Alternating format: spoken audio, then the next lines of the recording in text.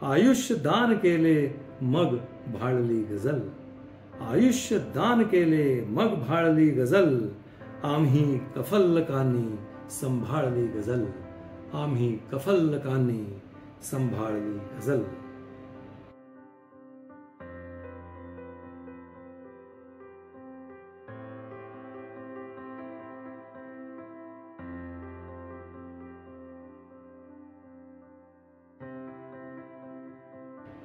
दीवान खास में आप सभी खास मेहमानों का फिर एक बार खास इस्तकबाल, बहुत बहुत स्वागत.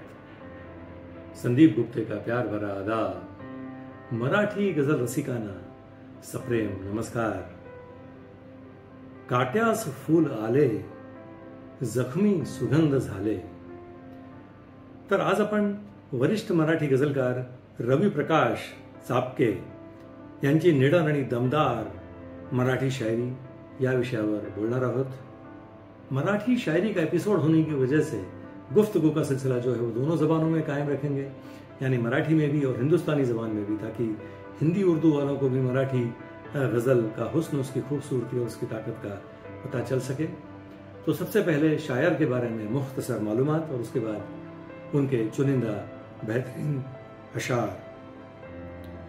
रवि प्रकाश साहब का ताल्लुक महाराष्ट्र के पुसद इलाके से है.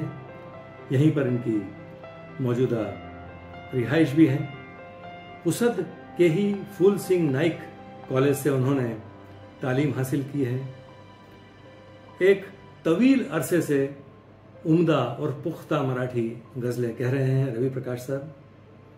मराठी गज़ल सम्राट सुरेश भट्ट साहब की गज़ल की परंपरा को आगे ले जाने में यकीन रखते हैं रवि प्रकाश साहब.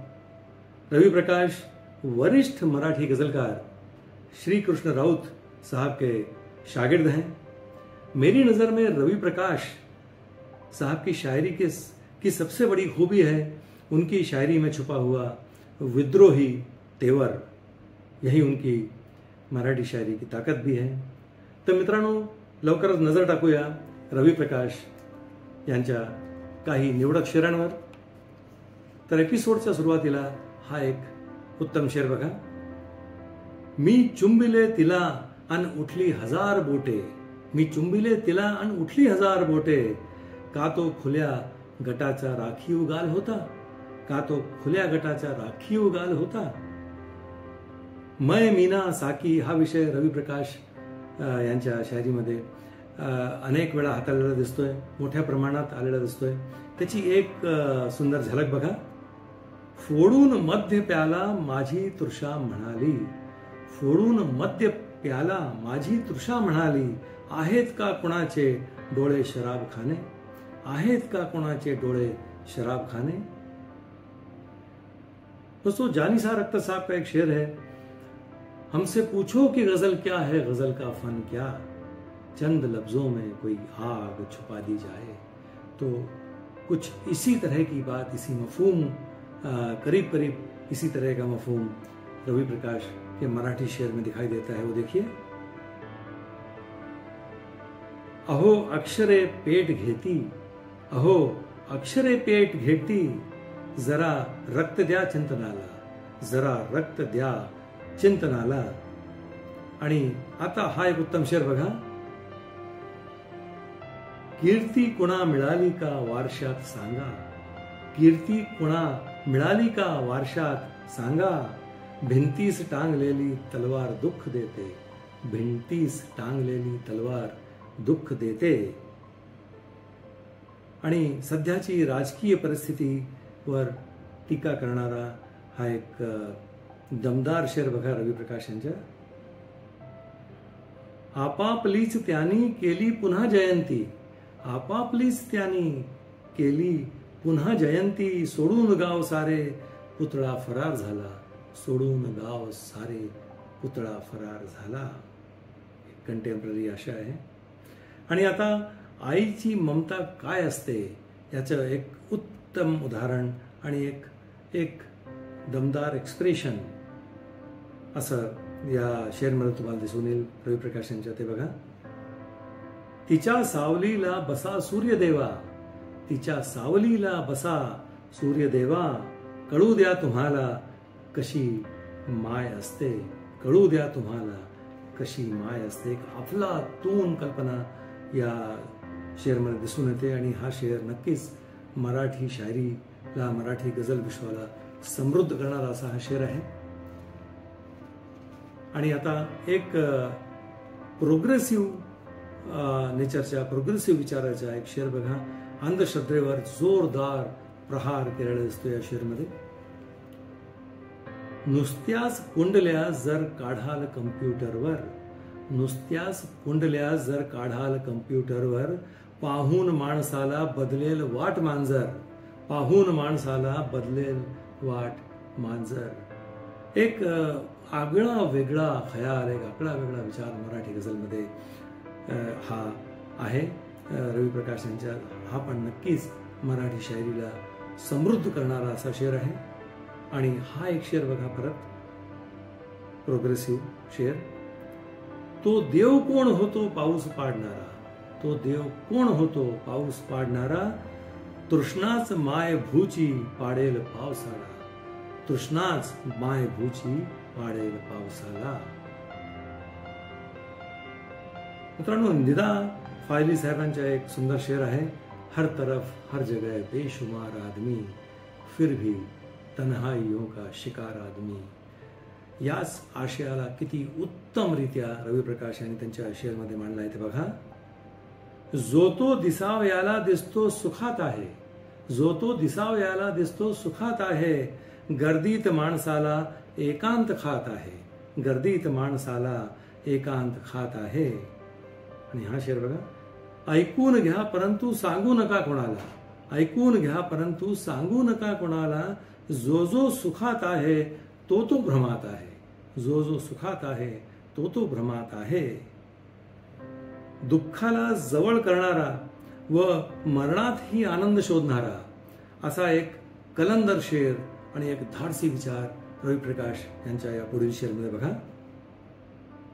माझ्या परी तुम्हीही दुःखास नाचवारे, माझ्या परी तुम्हीही दुःखास नाचवारे, मरणात छान माझ्या डीजेच वाजवारे, मरणात छान माझ्या डीजेच वाजवारे.